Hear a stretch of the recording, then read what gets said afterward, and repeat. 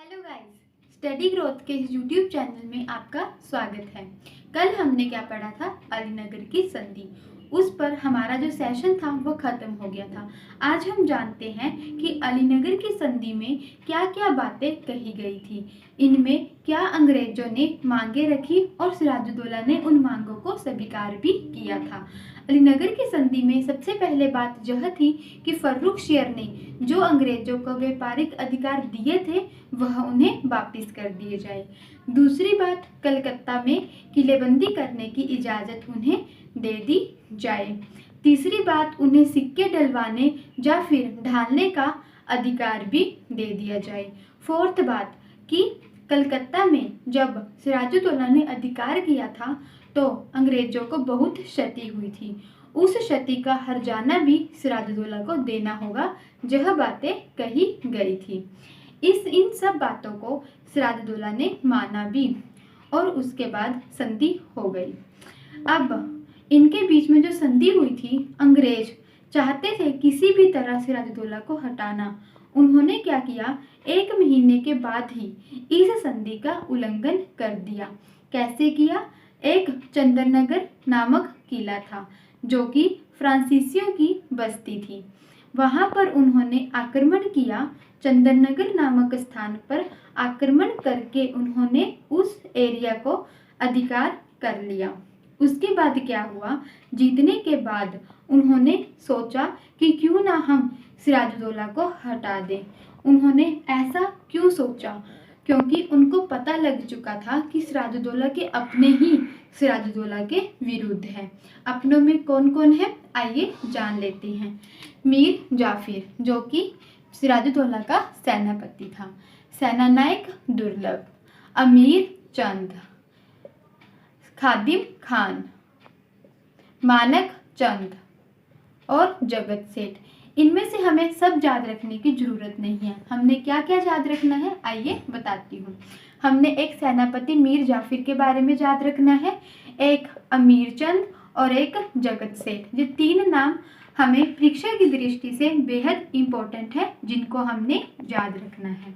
उसके बाद जब रॉबर्ट क्लाइव सोच लेता है कि हम सिराजुद्दौला को गद्दी से हटाएंगे, तब उनके दिमाग में सबसे पहले नाम आता है एक शख्स का, जिसका नाम क्या होता है, अमीर चंद। इसकी मदद से वह चाहते हैं कि हम मीर जाफिर से मिलें, लेकिन अमीर चंद में और अंग्रेजों के बीच में एक संधि होती है। उस संधि में अमीर चंद ने अंग्रेजों को कहा कि मैं आपको मीर जाफिर से मिलवा तो दूंगा, लेकिन बदले में आपको 30 लाख रुपए मुझे देने होंगे और साथ ही बंगाल के नवाब में जो खजाना होगा वो 50% मेरा होगा। तो अंग्रेजों ने इस संधि को मान लिया, लेकिन सिर्फ दिखावे का, असलियत कुछ भी नहीं थी।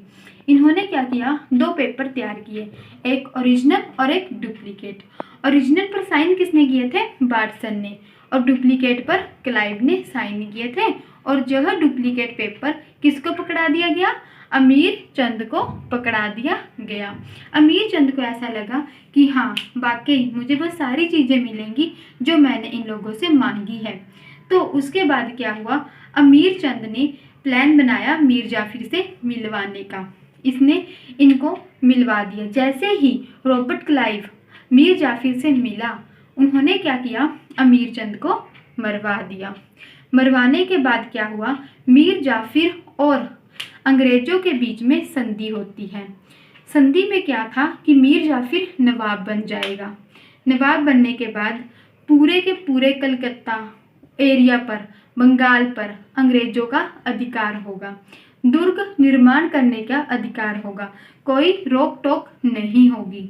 मीर जाफिर क्या करता है, उस संधि पर साइन कर देता है। इसीलिए कुछ इतिहासकारों ने मीर जाफर को क्लाइव का गधा कहा है। उसके बाद क्या होता है कि सिराजुद्दौला को अंग्रेज फुसलाने की कोशिश करते हैं। क्या कहते हैं कि तुमने अलीनगर की संधि का उल्लंघन किया है। सिराजुद्दौला ने कुछ नहीं कहा, वह चुप रहा। फिर उन्होंने दूसरी बात कही कि तुम फ्रांसीसियों से मिले हुए हो। फिर भी सिराजुद्दौला ने कुछ नहीं कहा, वह चुप रहा। उसके बाद रॉबर्ट क्लाइव ने सोचा यह तो कुछ बोल ही नहीं रहा, हम इसे गद्दी से कैसे हटाएं। रॉबर्ट क्लाइव ने सीधा क्या किया, युद्ध का ऐलान कर दिया। ऐलान कैसे किया, उसने मीर जाफर को कहा कि तुम सिराजुद्दौला को बंगाल से 32 किलोमीटर दूर एक प्लासी का मैदान है, वहां पर लेकर आओगे।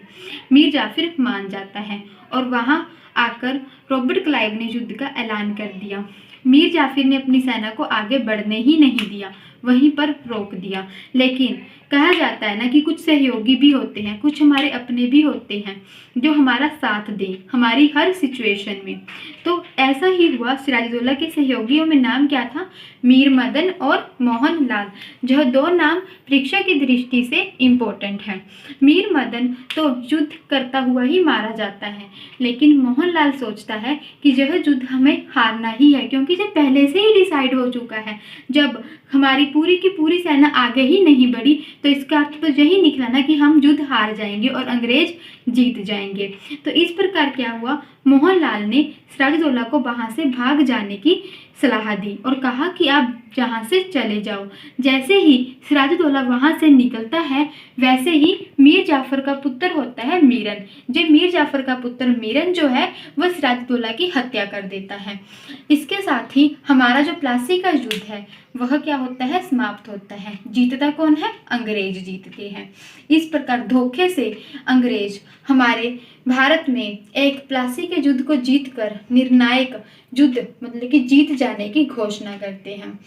अंग्रेज जीत तो जाते हैं, लेकिन उसके बाद क्या होता है, हमारी पूरी की पूरी जो राजनीति है वह अंग्रेजों के कब्जे में चली जाती है। इस प्लासी के युद्ध को लेकर कुछ इतिहासकारों ने अपने अपने कथन दिए हैं। आइए हम जान लेते हैं। एक है नवीन चंद्र सेन। इन्होंने क्या कहा था कि प्लासी की लड़ाई के बाद भारत में अनंत अंधकार भरी रात्रि की शुरुआत हुई। ताराचंद ने क्या कहा कि प्लासी के युद्ध ने भारत का स्वरूप ही बदल दिया। यदुनाग सरकार ने क्या कहा कि 23 जून 1757 से मध्यकालीन युग की समाप्ति और आधुनिक युग की शुरुआत हुई। ऐसे ही एक एडमिरल वाटसन था। उन्होंने क्या कहा था कि हम यह युद्ध जीत चुके हैं, जिसकी हमने कल्पना भी नहीं की है वह असाधारण चीज हमें मिल चुकी है। इसी प्रकार फिर क्या होता है, मीर जाफर गद्दी पर बिठा दिया जाता है। यह मात्र 1757 से 1760 तक कर ही गद्दी पर बैठता है। यह अंग्रेजों की मात्र कठपुतली का कार्य करता है।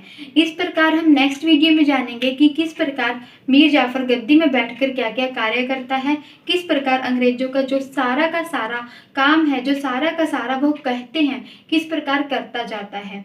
इस प्रकार हमारा आज का सेशन यहीं पर समाप्त होता है। धन्यवाद। जय हिंद, जय भारत।